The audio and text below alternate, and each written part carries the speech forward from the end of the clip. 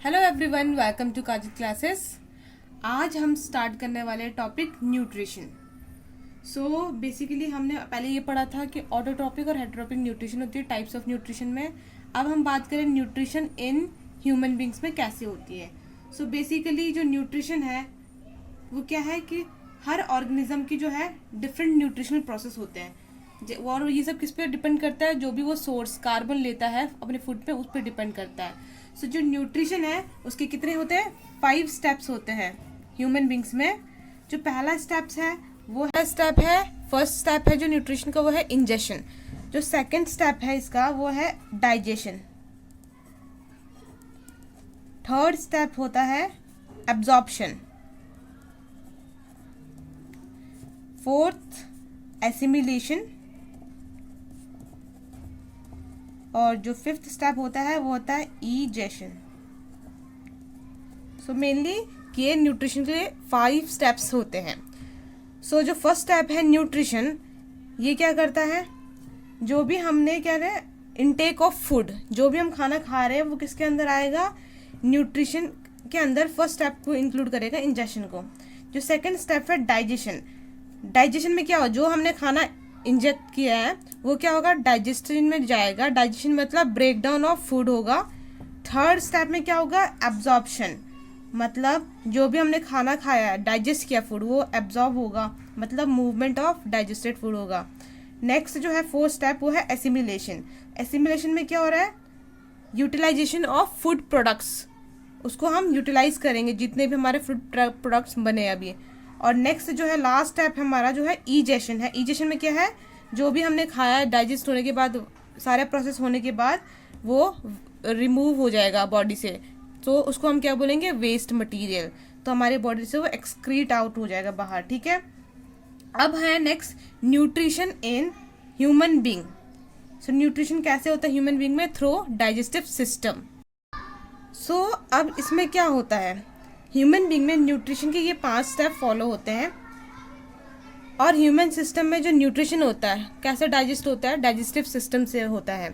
सो जो alimentary canal होती है बेसिकली क्या होती है, वो एक लॉन्ग ट्यूब होती है जो कहाँ से कहाँ तक होती है, माउथ से स्टार्ट होती है और ख़त्म कहाँ होती है, एनस पे जाके ख़त्म होती है।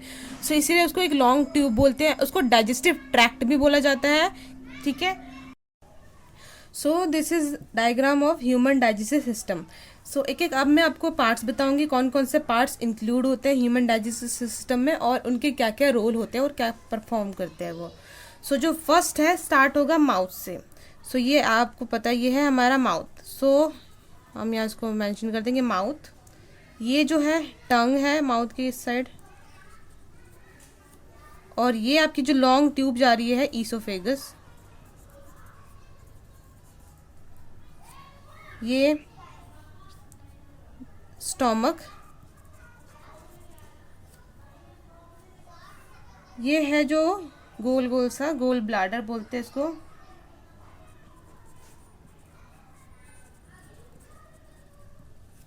ये आपका डायफ्रागम,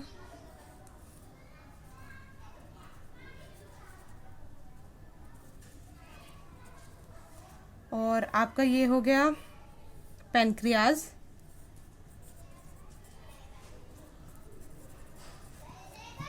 अब ये जो है आपकी, ये है लार्ज इंटेस्टाइन।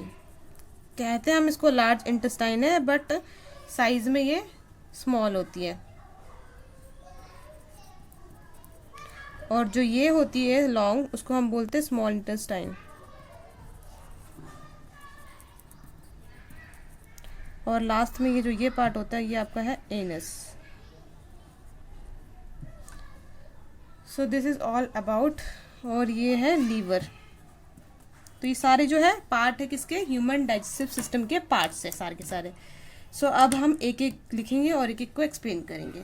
सो जो फर्स्ट पार्ट्स जो पहला पार्ट है वो है माउथ। माउथ का क्या काम होता है, जो भी हम खाना खाते हैं वो कहाँ से लेते हैं, माउथ से लेते हैं। सो इसको हम बोल सकते हैं इनटेक ऑफ फूड, जो भी हम खा रहे हैं। सेकंड जो है वो है teeth.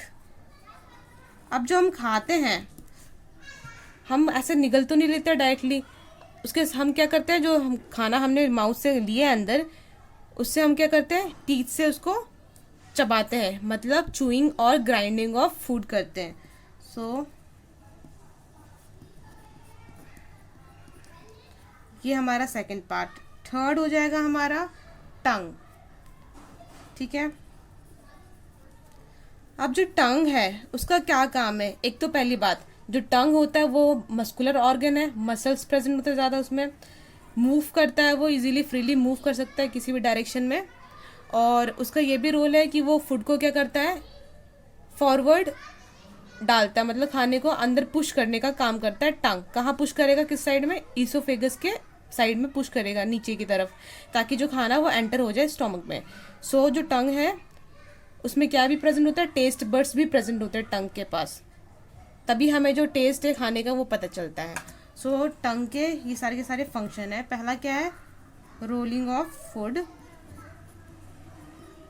Plus tasting of food, plus pushing down food.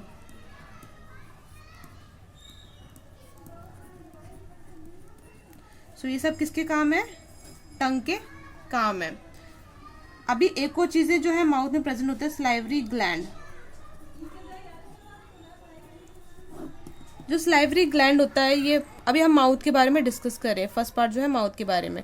So mouth के अंदर जो ये सब चीज़ें इंक्लूडेड है, तो इसमें स्लाइवरी जो ग्लैंड है, बेसिकली स्लाइवरी ग्लैंड क्या सीक्रेट करता है, स्लाइवा और म्यूकस।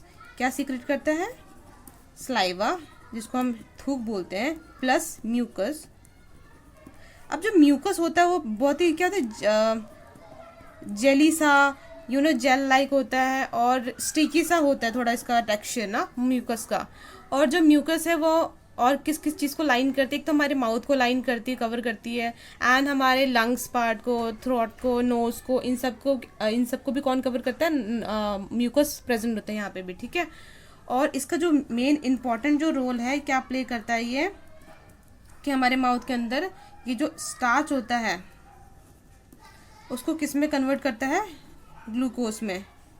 सो इसका ये जो है मेन रोल है, स्टार्च को कन्वर्ट करना ग्लूकोज में बाय क्या प्रेजेंट होता है इसमें, स्लाइवरी एमाइलेज।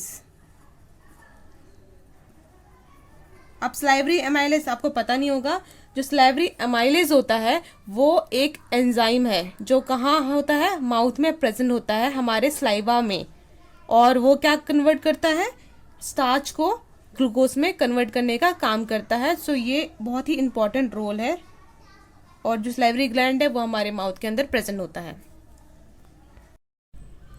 सो जो नेक्स्ट है, फिफ्थ पॉइंट है, वो ईसोफेगस है। ईसोफेगस क्या करता है कि जो भी हमने खाना खाया अपने माउथ से उसको स्टोमक में पहुंचाने का काम करता है, किससे, बाय पेरिस्टैल्टिक मूवमेंट। अब पेरिस्टैल्टिक मूवमेंट होता क्या है कि contraction and relaxation of oesophagus, मतलब कि जो आपके फूड पाइप है ईसोफेगस वो कॉन्ट्रैक्ट और रिलैक्स होगा, जिससे कि जो फूड है वो माउथ से स्टोमक तक पहुंच जाएगा।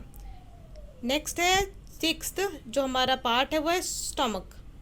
स्टोमक क्या करता है, स्टोमक हमारा जो होता है वो बहुत छोटे से शेप का होता है, और उसके अंदर हमारे पास कुछ ग्लैंड प्रेजेंट होते हैं जिनको हम क्या बोलते हैं, गैस्ट्रिक ग्लैंड बोलते हैं। उन गैस्ट्रिक ग्लैंड का काम क्या है, वो सीक्रेट करते हैं गैस्ट्रिक जूस। सबको पता होगा है कि गैस्ट्रिक जूस हम रिलीज करते हैं, कौन करता है, स्टोमक में गैस्ट्रिक ग्लैंड्स करते हैं। अब जो गैस्ट्रिक जूस है उसमें तीन चीज़ें प्रेजेंट होती है, एक तो pepsin, second HCL and third is mucus. जो पेप्सिन है वो क्या है, एक तरीके का एंजाइम है जो ब्रेक डाउन करता है, किसकी, प्रोटीन्स की ब्रेक डाउन करता है। ठीक है, नेक्स्ट जो एचसीएल है वो क्या देता है, हमारे स्टोमक में एसिडिक मीडियम प्रोवाइड करता है, मतलब जो भी आपने फूड खाया है उसको क्या करता है, सिंपल कंपाउंड में फॉर्म करना स्टार्ट करता है, ब्रेक डाउन करना स्टार्ट करता है फूड की।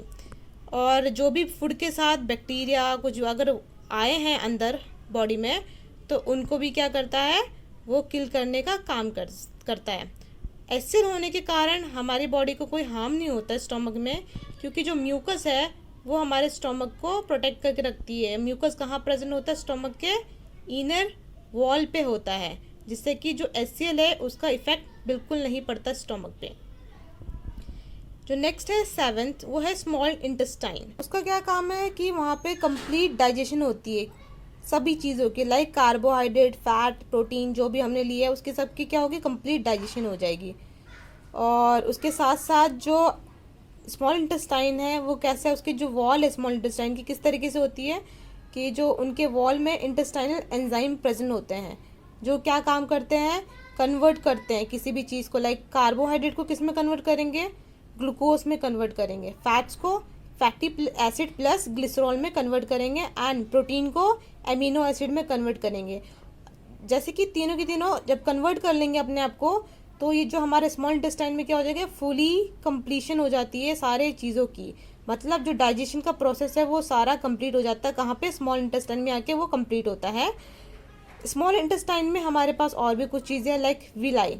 विलाई क्या है, फिंगर लाइक प्रोजेक्शन होती है और वो किस चीज़ में हेल्प करती है, फूड को एब्जॉर्ब करने में हेल्प करती है, ब्लड में। ठीक है, जो भी आपने खाना खाया वो एब्जॉर्ब होगा और कहाँ होगा, ब्लड के अंदर होगा। ठीक है, और भी इसमें पॉइंट्स है कि ये रिसीव करता है secretion of liver and pancreas, मतलब जो पेनक्रियाज और लीवर से क्या सीक्रेट होता है सभी को पता होगा।